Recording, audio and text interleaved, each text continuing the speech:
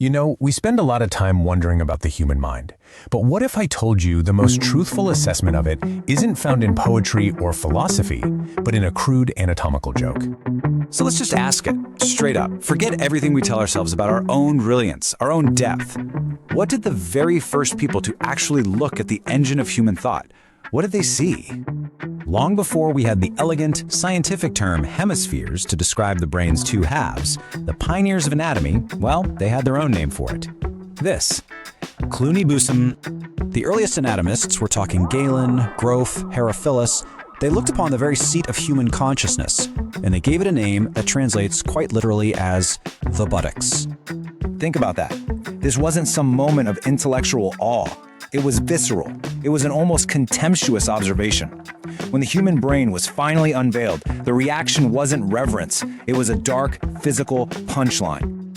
So, let's unpack this a little. Because this initial vulgar impression, it wasn't just some throwaway comment. They treated it like a diagnosis, a key to understanding the very nature of our species. The connection was purely visual. According to the records, it was the sight of this, the straight fissure which divides this venerable organ into two halves, that made the exposed brain remind them of, well, you get the picture. And here's the unsettling part. This first impression, this buttocks mind, wasn't just a joke. It was considered the most truthful assessment of what the mind is, and they really, truly believed it. From there, the anatomists made a chilling leap.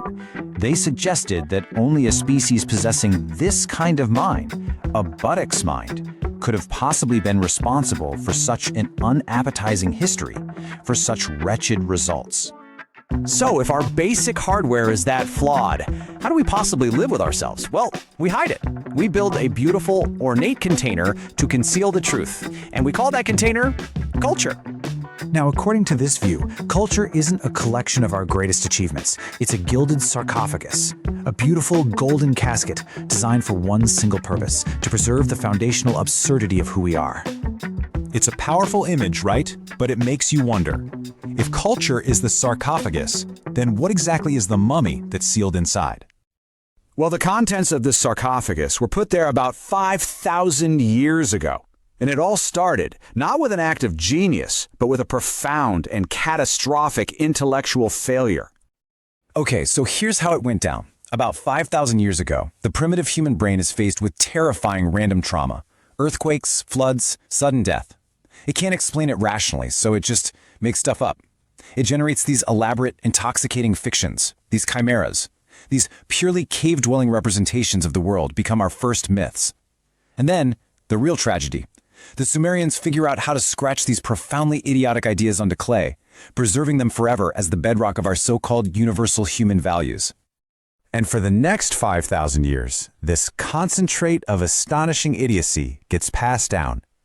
Generation after generation of thinkers and artists, in togas, in fancy collars, in baseball caps, they all dedicate themselves to polishing it, refining it, to, in effect, gilding primitive stupidity. They painted the lies, they wrote poems about the delusions, and they adorned the primordial madness with meter, rhyme, and precious gems. And once it reached its highest aesthetic peak, this raw stupidity was given a new, much more respectable name: culture. But culture is more than just a pretty lie. It has a job to do. It has a function. It actually works on the human mind like a powerful and very addictive drug. It's described as this amazing way of achieving a light but piercingly altered state of consciousness.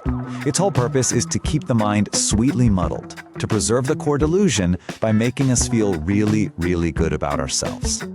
So how does it do that? Simple. It tells us we all possess certain mysterious accessories, things that make us feel special, things that separate us from the raw, unflattering truth of our biology.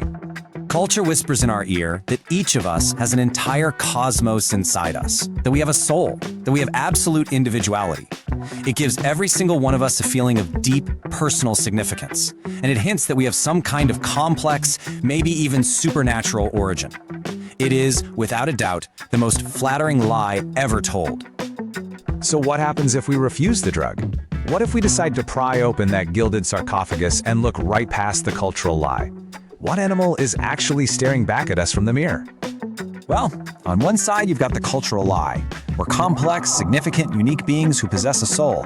And on the other side, you have the Pleistocene truth, the reality forged over millions of years of evolution. We are cowardly, hysterical, primitive, greedy scavengers.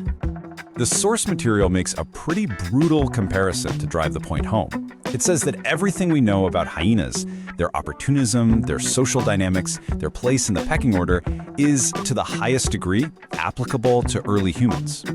Because the truth is, our ancestors, they were at the bottom of the food chain. They were not noble hunters. They were weak and they waited.